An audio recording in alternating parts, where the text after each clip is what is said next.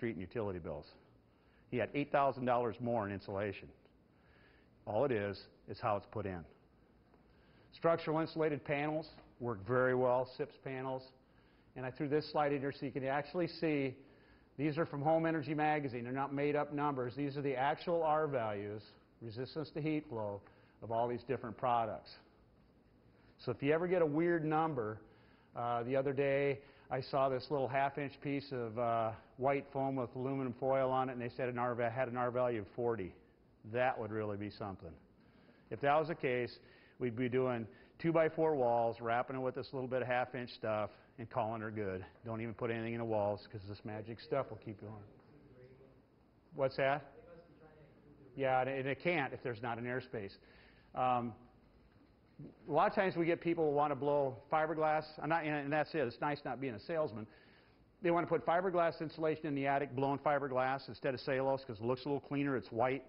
This is what happens when you blow fiberglass in an attic. And it doesn't do it in a wall, in a bed. It just does it when it's blown in loose. It drops as the temperature goes down. Its effectiveness drops. But cellulose climbs slightly. Yes? Could you cap an old blown-in attic with cellulose? Yeah. 10 inches on it? Yeah. Yeah, you sure can. And that really, you know, it's kind of weird. That's, even if it was fiberglass or even blown fiberglass, you cap it with about 6 or 8 inches of cellulose, and then it performs like that again. We have to stop the air. That's the biggest thing. You know, seal around your receptacles, wires. You know, the Iowa Energy Center has those pamphlets, that home series.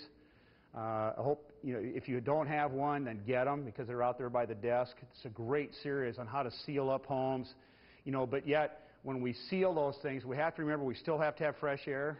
You know, we build a house as tight as possible, then we bring fresh air in.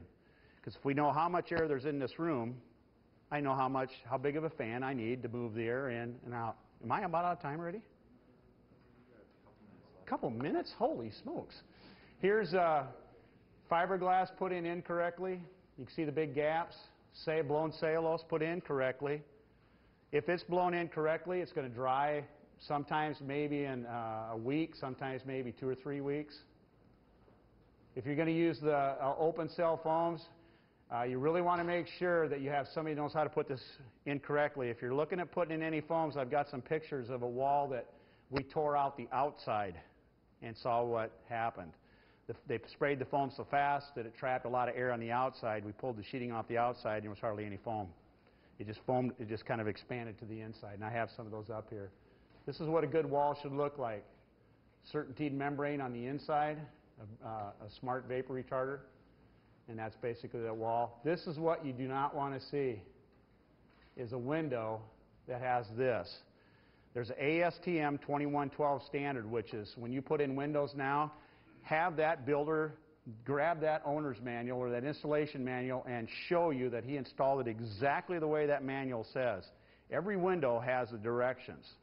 Don't let them throw it away and install it like they, you know, throw some Tyvek tape around it. That's not it anymore. If there's not a pan that comes up here, goes across, and if you don't see this nailing flange on the outside, then that builder does not know how to put a window in.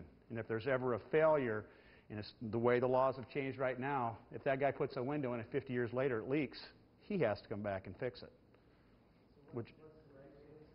The right way is they have a pan here underneath, and then this window goes over it, and you put like flashing tape across here.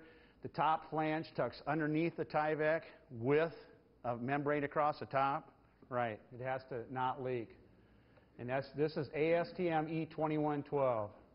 It has a flexible pan underneath, and then you caulk and seal all the corners.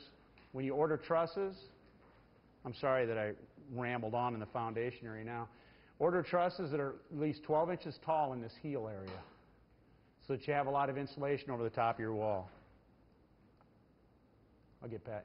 These are the SIPS panels, if you haven't seen them before, 12-inch thick panels. We use those on our last house. They're expensive. I would never do this pitch again, especially with kids.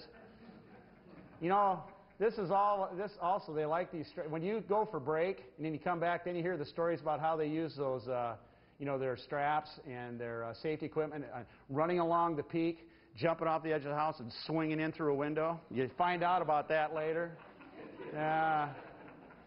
Skylights. I want to show this. This is about the worst case scenario right here. The Tyvek should always go all the way to the top. Tyvek's not just a house wrap anymore. It's a secondary weather barrier, which by code, you have to have a secondary weather barrier now because all your sidings leak. When this thing is finished, you put some vinyl siding on it, the water is going to go through the vinyl, and if people say vinyl siding doesn't leak, then why is there holes underneath the bottom of the vinyl? It's for the water on the backside to drain out. So the vinyl sidings hit that OSB, go behind the Tyvek, so that part's wasted. And even in here, it's going to go on the outside Tyvek, behind the foam. So now it's trapped, it can't get out. And it's going to rot out around the door. So this is the absolute worst case that you can possibly do. Think about shingle style. This Tyvek over this Tyvek, and this Tyvek should be over the foam.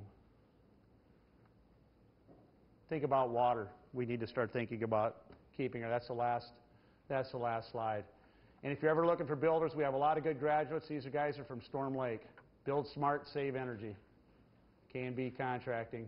This kid was a teacher for me for 2 years. I know he looks like he's 12, but he was a teacher. And you can always call over to Iowa Central. We just started our Green Building Institute. So if you ever have any questions, you can call at any time. Get me out of the office. I'd appreciate it. Yes? I would. Yeah, the question was, if I've done a house out of all SIPS panels, I would love to, but then the students wouldn't have enough framing. That's the only thing that held us back because we don't have enough practice. Our new bioscience and health science building that's going up on campus right now is a LEED Gold building. Steel structure, all SIPS. We're doing all SIPS walls on the outside.